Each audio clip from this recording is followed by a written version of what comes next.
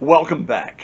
This is the fifth segment of 63 in the series Because It's True, making the case for the Christian faith in bite-sized pieces.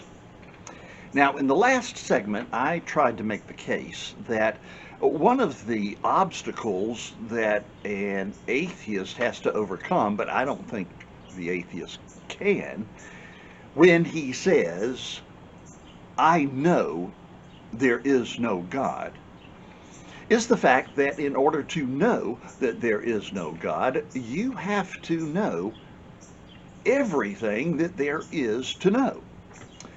Because as soon as you admit that there is one thing that you don't know, that one thing may turn out to be God.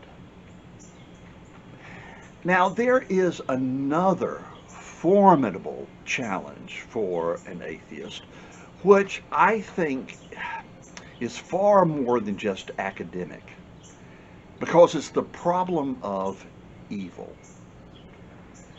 You see, if there is no God, then there is no one who has communicated to us a standard of morality that then applies to all of humanity. A transcendent standard against which to determine that which is right and that which is wrong, that which is good and that which is evil.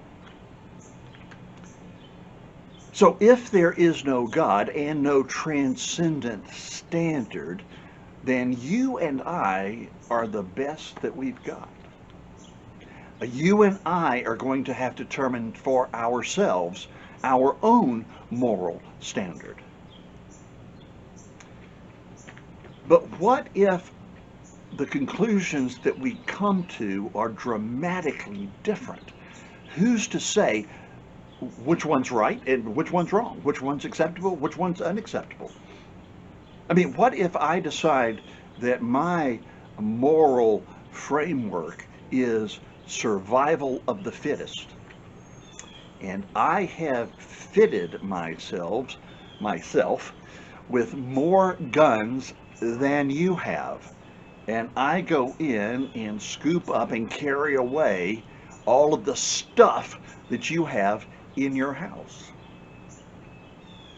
On what basis, if you hold that morality is determined by each individual, on what basis do you have to say that what I did was wrong, or that you have been wronged? It could ruin your whole day. But you cannot say that I'm wrong. So, what basis, if there is no transcendent standard and it's all relative to the individual, on what basis does an atheist have for any moral outrage against murder or rape or genocide or theft or the trafficking of young children in a sex ring, or Hitler? The fact of the matter is that it all boils down to this unavoidable question. And listen, it is a question that every honest atheist is going to have to grapple with. And that is, if there is no God, who among us gets to decide that they can impose their will on the rest of us? Who gets to establish the moral laws that people are to follow?